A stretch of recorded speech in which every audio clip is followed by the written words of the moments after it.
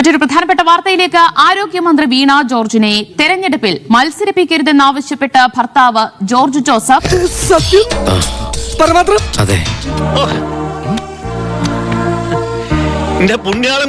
വീണ ജോർജിനെ തെരഞ്ഞെടുപ്പിൽ മത്സരിപ്പിക്കരുതെന്നാവശ്യപ്പെട്ട് ഭർത്താവ് ജോർജ് ജോസഫ്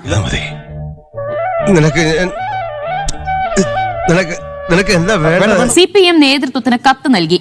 കുടുംബപരമായ കാരണങ്ങൾ ചൂണ്ടിക്കാട്ടി പത്തനംതിട്ട ജില്ലാ സെക്രട്ടേറിയറ്റിനാണ് കത്ത് നൽകിയത്. വൈഫിന് എന്തിന്റെ ആരംഭം? അവക്ക് ചെറിയൊരു ഇൻഫോസിസിന്റെ ആരംഭം. Very good. വരുന്ന നിയമസഭാ തെരഞ്ഞെടുപ്പിലും മത്സരരംഗത്ത് വീണ ജോർജ് ഉണ്ടാകുമെന്ന സൂചനകൾക്കിടെയാണ് വീണ ജോർജിനെ തെരഞ്ഞെടുപ്പിൽ മത്സരിപ്പിക്കരുത് എന്നാവശ്യപ്പെട്ട ഭർത്താവ് ജോർജ് ജോസഫ് തന്നെ രംഗത്തെത്തിയിട്ടുള്ളത്. ഇതിൽ കൂടെ ഇനി എന്താ വേണ്ടേ?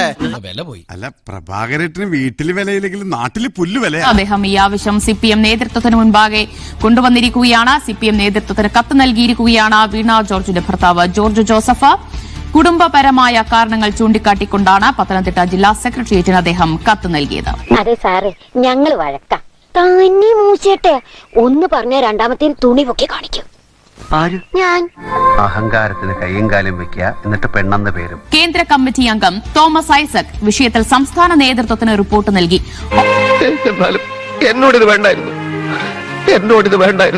നിന്റെ കയ്യിലിരിപ്പതായിരുന്നല്ലോ. അതന്നത്തെ ചോരത്തിളപ്പിന്. ഇപ്പൊ എന്ത് ചോര തണുത്തു പോയാ? തണുത്ത് മരവിച്ചു എന്ന് പറയുന്നതാവും ശരി.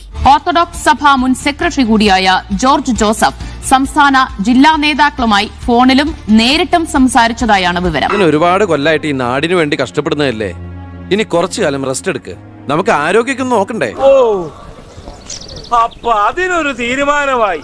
കർത്താവേ, എല്ലാവർക്കും സന്തോഷമായല്ലോ. എനിക്ക് സന്തോഷമായി. എല്ലാവർക്കും പിരിഞ്ഞു പോവാം.